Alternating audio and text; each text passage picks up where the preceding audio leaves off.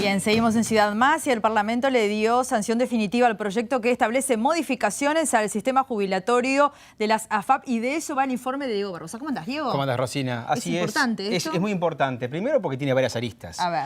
Entender el proyecto que fue escrito en el 96 y aprobado por este país, y ahora estas modificaciones tienen una gran importancia para parte de la población, sobre todo la población activa en el mundo del trabajo, porque de esto dependerá sus ahorros. ¿En qué estoy hablando? En la intención de hacer el aporte al BPS o en el aporte mixto, como tiene Uruguay con los AFAPs. Uruguay tiene el aporte mixto, otros países solamente tienen aportes públicos o privados. Uruguay ha elegido este camino, y en el informe vamos a mostrar las principales características de esta modificación, pero también vamos a mostrar y vamos a tener la palabra de un integrante de República AFAP, Bien. en el caso de Pardo, y un integrante del BPS, el director Ferrari, director de los trabajadores. Visiones totalmente contrapuestas.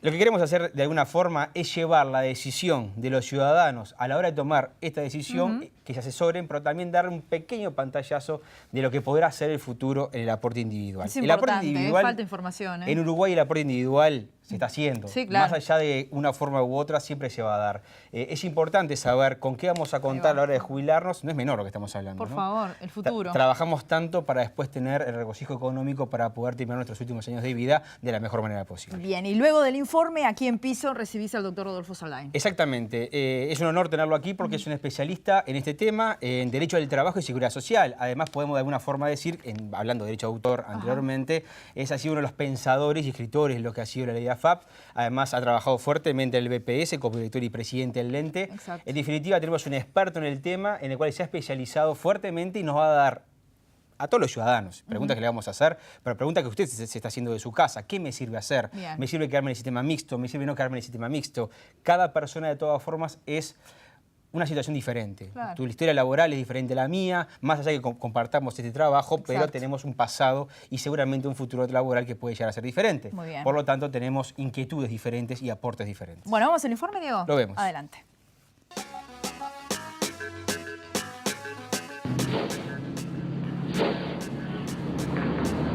Hace muchos años que soy cliente de Banco de Montevideo. Siempre me han brindado la mejor atención y han defendido mis intereses mejor que nadie.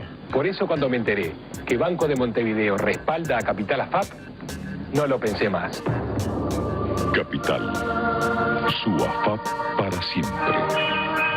Este es un ejemplo de los spots publicitarios del año 1996, en donde las AFAPs se daban a conocer como las instituciones creadas para administrar el dinero de los trabajadores afiliados con el objetivo de darles una mejor jubilación. En Uruguay, el sistema provisional es un sistema mixto. Optar por una AFAP significa que una parte de tu aporte va al BPS y la otra a una cuenta individual a tu nombre de la AFAP que elijas. Ahora, por ley, el ciudadano, entre otras cosas, podrá desafiliarse de la AFAP. Recordemos que hoy están obligados a afiliarse a una AFAP todos aquellos que superan un tope de lo que hoy son 31.600 pesos nominales y eran menores de 40 años en el 96. Bueno, la mayoría de las personas afiliadas al sistema hoy son voluntarios, o sea, no han pasado este tope. Entonces, en algún momento se planteó, bueno, si la opción se hace voluntariamente, permitámosle también voluntariamente que la deshaga. República AFAP compartió eso. Te aclaro además que por nuestros afiliados y nuestros cálculos hay un muy bajo porcentaje de personas que les va a servir salirse, ¿sí? O sea, la mayoría le va a servir quedarse. No obstante lo cual, nosotros siempre vamos a aconsejar que la persona recurra al asesoramiento y a que le brinden asesoramiento. Tú entras a la AFAP y estás en un fondo que se va a llamar subfondo de acumulación. Ese fondo puede invertirse en distintas cosas.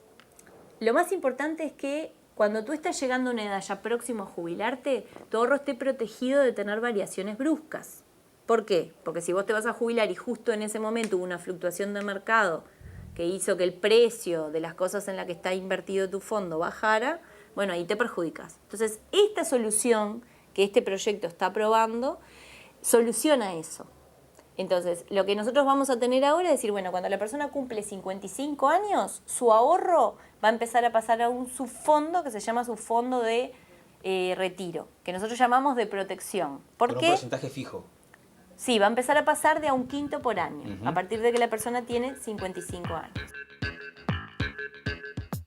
Los que se afiliaron voluntariamente al sistema mixto de entre 40 y 50 años podrán asesorarse en el Banco de Previsión Social sobre si les conviene desafiliarse y retornar al Estado. Tras su consulta en el BPS, el trabajador tendrá los elementos para determinar si le sirve continuar en el sistema mixto o pasarse al de reparto exclusivamente y que su ahorro en la AFAP vaya al BPS.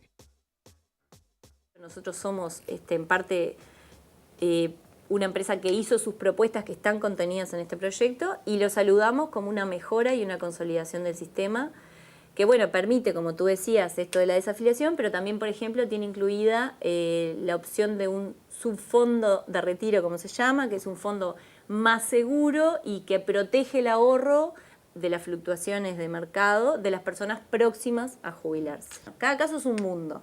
Entonces, acá lo importante es, el BPS va a tener que dar un asesoramiento personalizado a cada uno y lo va a hacer tal cual lo establece el proyecto.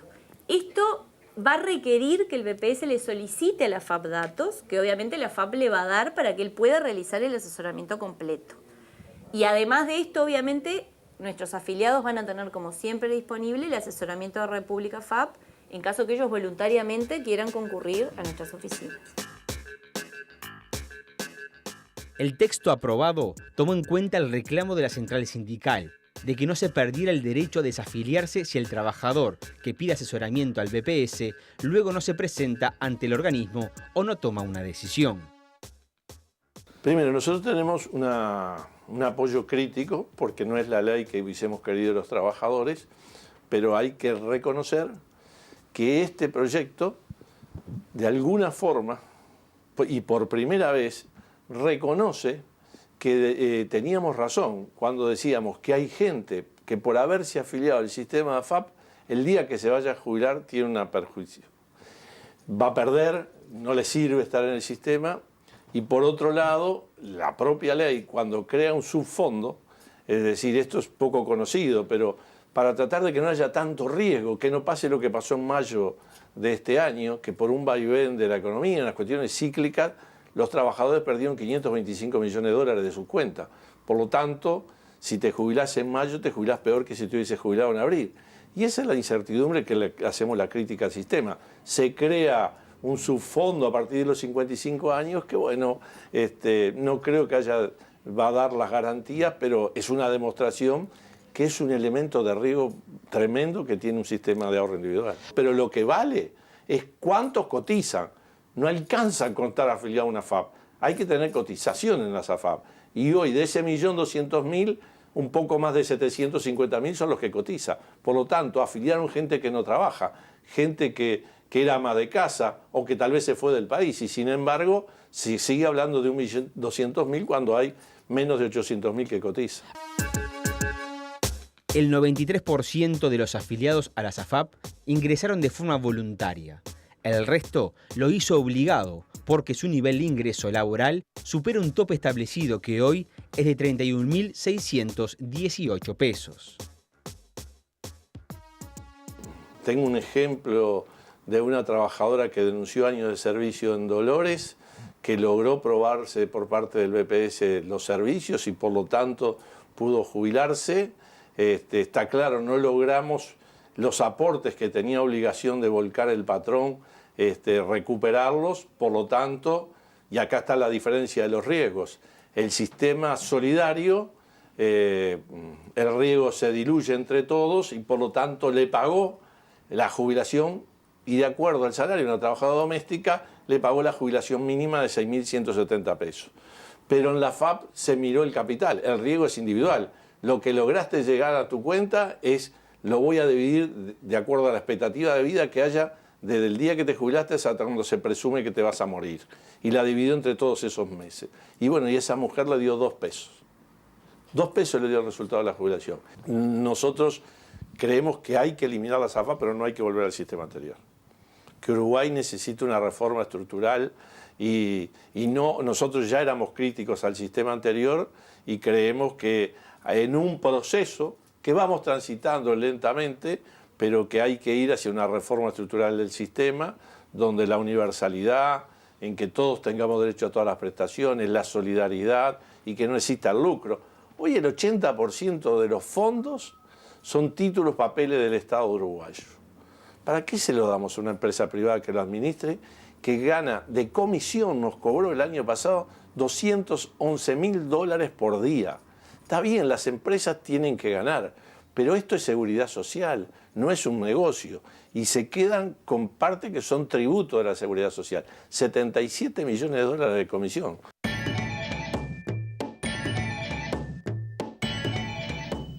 Bueno, es evidente que el avance de este informe deja muchísimas dudas y como dijimos en un principio estamos con el doctor Rodolfo Saldain. Muchísimas gracias por estar aquí presente.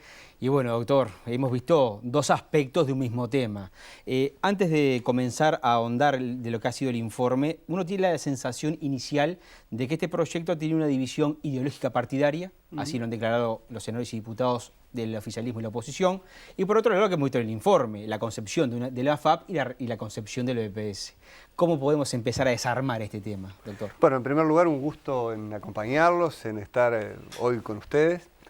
Y efectivamente, este proyecto, esta ley, ya no es proyecto de ley, esta ley, si bien todavía no salió publicada en el Diario Oficial, ya culminó su proceso legislativo, tiene componentes políticos muy relevantes. Acá quedaron pautadas dos divisiones, ¿verdad?, entre, por un lado, el Frente Amplio y los partidos de oposición. La oposición no acompañó esta iniciativa. No la acompañó por varias razones. La principal es porque, si bien compartía que el establecimiento de mecanismos de opción y de libertad de elección era un principio válido, no compartió esta solución específica y de pronto después podemos ver por qué. Y también queda demostrado que dentro del propio partido de gobierno, dentro del Frente Amplio, hay también una división. Acabamos de ver a dos exponentes, ambos de la fuerza de gobierno, con visiones muy antagónicas. Uno, Ferrari, que trasunta la visión del PIT-CNT, una visión muy crítica al sistema, que por primera vez dice que sí habría que buscar otra opción.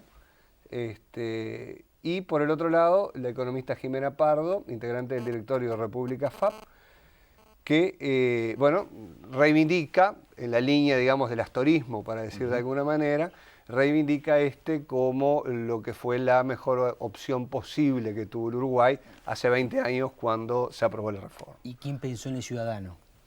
Bueno, yo creo que en el ciudadano pensaron todos. A ver, porque son posturas muy diferentes. No, claro, son posturas muy diferentes porque están mirando parcelas de la realidad.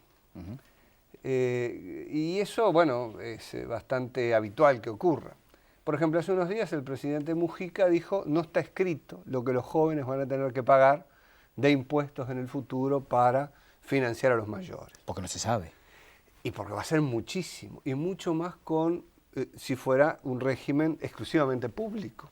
Precisamente una de las virtudes que tuvo la reforma del año 95 es que dividió el riesgo entre la responsabilidad del Estado hasta un determinado nivel de ingresos y la responsabilidad del individuo y del sector privado para quienes superan ese nivel de ingresos. ¿El Estado no podía hacerse el cargo en el 96 de esta situación? No. ¿Era obvio que teníamos que llegar a un sistema mixto? No podía hacerse cargo en el 95, no puede hacerse cargo hoy ni dentro de 20 años. ¿Por qué? Es decir, porque la realidad demográfica del Uruguay impone un estrés enorme sobre la población joven que hace o inviable jubilaciones mínimamente razonables o a un costo tal que hace inviable trabajar para financiarlos, lo que decía el presidente Mujica hace un mes aproximadamente. De allí la necesidad de que buena parte del ahorro o buena parte de los ingresos en la vejez provenga de procesos de ahorro previo. Procesos de ahorro que nuestros mayores lo hacían comprándose una casita, un apartamento para alquilar o situaciones de ese tipo, que es un método válido. Pero adicionalmente el Estado entendió hace unos 20 años, cuando se aprobó esta reforma, que una parte del componente ahorro debía ser preceptivo, debía ser obligatorio para quienes tenían un ingreso que superaba un determinado umbral. Y 40 años en ese año 96. Y 40 años en ese año 96, quienes ganaban más de, a valor de hoy, 31.618, pasaban a ser afiliados obligatorios por una parte de su ingreso, le excedía ese límite de un régimen de ahorro. A quienes ganaban menos de ese volumen de dinero, se les da una opción. Y allí vamos a uno de los meollos que tiene este proyecto propiamente. El proyecto prevé que aquellos afiliados, los que eran mayores de 40, van a tener también la opción de desafiliarse, porque es decir, la ley les dio la opción de afiliarse, no era obligatorio que lo hicieran, muchos se afiliaron, muchos ya tuvieron opción de retirarse, han salido sucesivos decretos en los últimos 10, 15 años, y acá aparece una nueva alternativa, para que quienes eran mayores de 40 años a abril del 96 pudieran decir, bueno, esta es una opción que no me conviene, vuelvo al Banco de Previsión Social y todos los ahorros que acumulé van al Banco de Previsión Social. Ese es un sector, yo diría que muy menor de la población, el que está en esa situación. El grueso es aquel que no era afiliado obligatorio, el que era o es hoy persona joven que gana menos de 31.618 pesos. Y allí es donde aparecen una gama amplísima de situaciones, que en la presentación estuvieron realmente muy bien ustedes cuando lo hicieron. Es decir, cada caso es diferente aún de compañeros de trabajo. Totalmente. Porque depende de cuál sea la historia previa, de cuál sea la situación hoy y de la previsible en un mediano plazo. Ahora, estamos haciendo una hipótesis a futuro, porque no sabemos qué va a pasar con nuestro aporte a 15 a 20 años. Entonces, la ley toma de 40 a 50 y algunos, y las AFAP recomiendan que sobre los 49 años tomemos la decisión. La decisión hay que tomarla el último día antes de jubilarme. Bueno, ¿qué tengo que hacer como ciudadano? Es decir, a ver, sí. La perspectiva, desde la perspectiva del derecho del beneficio del ciudadano, lo ideal es que esta opción se tomara una vez que la persona tiene la causa jubilatoria. O sea, me queda el día antes de jubilarme, tomo la decisión. Si me jubilo por este régimen cobro esto, si me jubilo por este cobro esto, y ahí tomo la decisión. ¿No rentable para las AFAP en esa hipótesis? Y no es rentable para las AFAP y no es rentable de alguna manera, o no es decir, si es más conveniente el BPS va a cargar mucho sobre la finanza en la fórmula a la hora de tener que dar la jubilación. Lo cual, al poner la ley de 40 a 50 años, de alguna manera obliga a jugar a lo que yo le llamé una lotería. Claro. Porque, ¿quién sabe, primero, cuál es el régimen vigente de aquí a 20, 25 años, cuando la persona se va a jubilar? ¿Es el que está hoy? Lo más probable es que no. Es decir, para volver a usar un ejemplo del presidente Mujica, el presidente Mujica dijo ya el año pasado, bueno, vayan pensando que hay que elevarle de retiro. Y demográficamente tiene razón. Bien. Es decir, ahora, cuando se vaya a hacer la comparación, a hacerle el asesoramiento, obviamente no se puede trabajar sobre hipótesis. Se pueden dar algunos elementos, pero no se va a poder decir, este es el que más le conviene. Es decir, sino que va a estar muy lleno de sí ocurre tal cosa, sí su comportamiento es tal o sí es tal otro, esta podrá ser la mejor opción. Pero no sabemos si vamos a sacar desempleados en algún momento histórico, no sabemos si nuestro sueldo vamos a cambiar de trabajo o vamos a acceder a un cargo más elevado que nos ayude a capitalizar parte de nuestro salario para el BPS y la AFAP. Pensemos un ejemplo, una persona que tiene un ingreso, digamos, relativamente estándar, 20.000 pesos, no era afiliado obligatorio, anda en los 30, 35 años, esa persona tiene la opción. Si le comparan entre el régimen AFAP a los 60 años, aunque el régimen AFAP está pensado para los 65, pero se puede ir a los 60, con el régimen de transición, depende de un conjunto de variables, de qué rentabilidad se vaya a obtener y demás, pero supongamos que le da más beneficioso el BPS. Y esa persona dice, bueno, entonces yo voy a optar por el BPS. Porque acá me hicieron una cuenta y me da más beneficioso el BPS, entonces la plata va al BPS, obviamente la plata que va al BPS desaparece. Queda en el mar de repartirlo entre los que se van a ir jubilando. Se pierde el concepto individual. Se pierde el concepto individual, ese dinero va a financiar las prestaciones en curso de pago. Es decir, de alguna manera va a achicar déficit fiscal, si se quiere. Es verdad, bien. Pero esa persona, que en el ejemplo tenía 30 años, mañana pasa a tener un cargo de más responsabilidad y pasa a los 31.618 pesos. Entonces pasa a ser afiliado obligatorio. Porque pasó el nivel. Pero perdió años de Pero perdió la plata que había ahorrado antes. Claro. Es decir, va a haber que ver una gama amplísima de variables y donde la ley establece que el consentimiento debe darse usando una expresión muy en boga en el sector de la salud, mediante un consentimiento informado. Es decir, quien decide, me voy, me quedo, lo tiene que hacer previa información. Ahora, es una información que va a estar, como le decía, muy cargado de hipótesis, que de pronto dependen mucho de una historia laboral individual pasada y también de la que vaya a venir. También podemos pensar un caso de una persona que tenía 40 años en aquel momento, hace 20, digamos que ahora tiene 55, y nunca salió de ganar 15.000 pesos. y tuvo baches enormes de aporte, como el caso que ponía de la empleada doméstica. Ferrari de la empleada doméstica, parece claro. Ahora, para una toma de pelo también, 2 pesos por mes. Claro. Porque acá hay una variable, y se la quiero comentar. Tengo un documento del Banco Central, fechado el 29 de marzo. Por suerte el sistema es mixto. Por suerte. Tengo un documento del Banco Central de Uruguay, fechado el 29 de marzo de 2012, que hay una variable que me llamó mucho la atención, mirando mucha documentación del cual pudimos conseguir, la tabla de mortalidad. La tabla de mortalidad completa elaborada por el INE. Es una tabla que está extendida a 110 años. Esa tabla de mortalidad extiende de nuestra jubilación hasta los 110 años en la fórmula. Es decir, a ver. Nosotros tenemos un poco en nuestra conciencia una expectativa de vida del orden, decimos siempre, de 75, 76 años. En ese entorno. Pero eso es al nacer. Cuando la persona nace. Caso tuyo, más en el mío, ya de las razones de muerte, de mortalidad infantil, no nos vamos a vivir. En mi caso, que soy bastante mayor que tú, es decir, si sumo la expectativa de vida que tengo por delante con la edad que tengo, me va a dar mucho más que 76.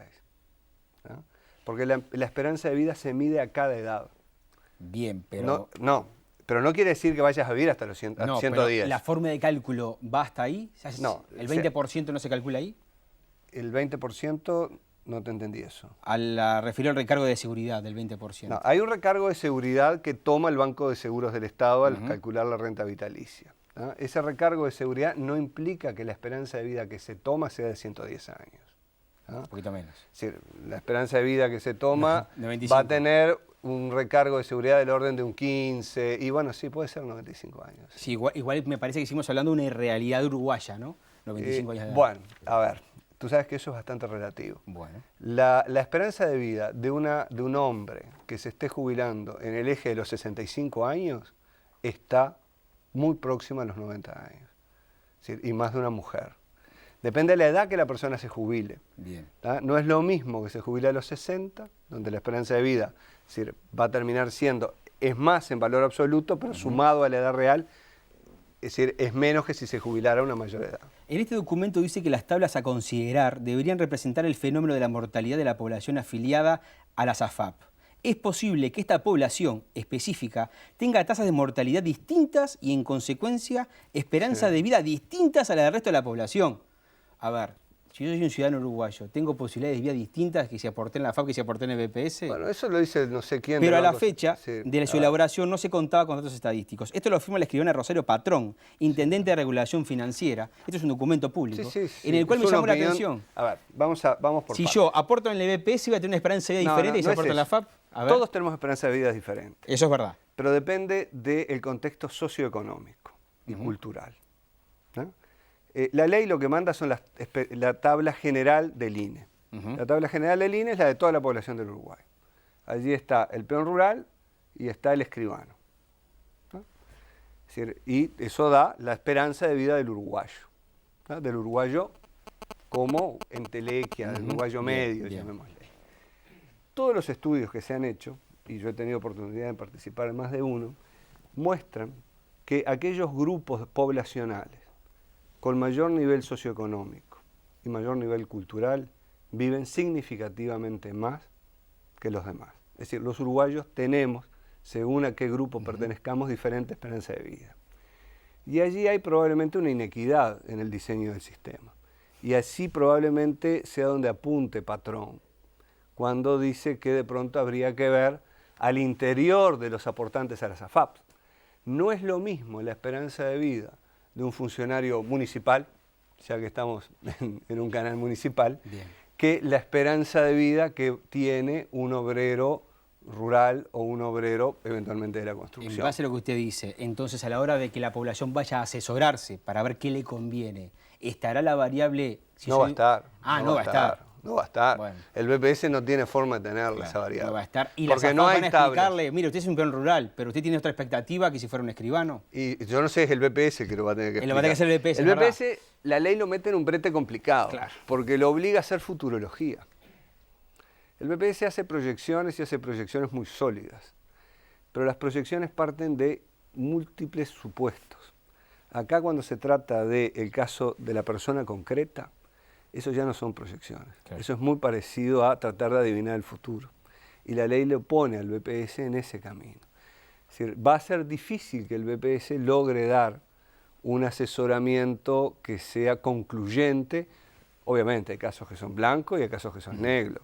Hay casos que claramente conviene una cosa o claramente conviene otra. Salday, uno puede pensar entonces que a la hora de tomar una decisión hay que tomar de lo que hace la ley, asesorarse, tomar los tiempos necesarios, no apresurarse, porque me da la sensación de que esto hay que implementarlo, hay que hacerlo a la norma, hay que averiguar, cada caso es individual y bueno, y esperemos que esta lotería, como usted la ha nombrado...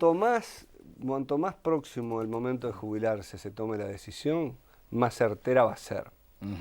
Lo cual no deja de decir que no tenga riesgo. Se achica el riesgo igual. Se achica el riesgo, porque no es lo mismo tener por delante 20, 25 años de trabajo que tener 10 o 15. Bien. Doctor, lo voy a volver a invitar para seguir ahondando un poco este tema, que es un tema de todos, en definitiva, que más allá que haya diferencias económicas y en los aportes, es un tema que nos importa a todos los uruguayos, porque de alguna forma todos queremos llegar a la jubilación de la mejor manera posible y con ingresos que ha sido parte de nuestra fuerza de trabajo durante tantos años. Muchas gracias. Un gusto estar con ustedes.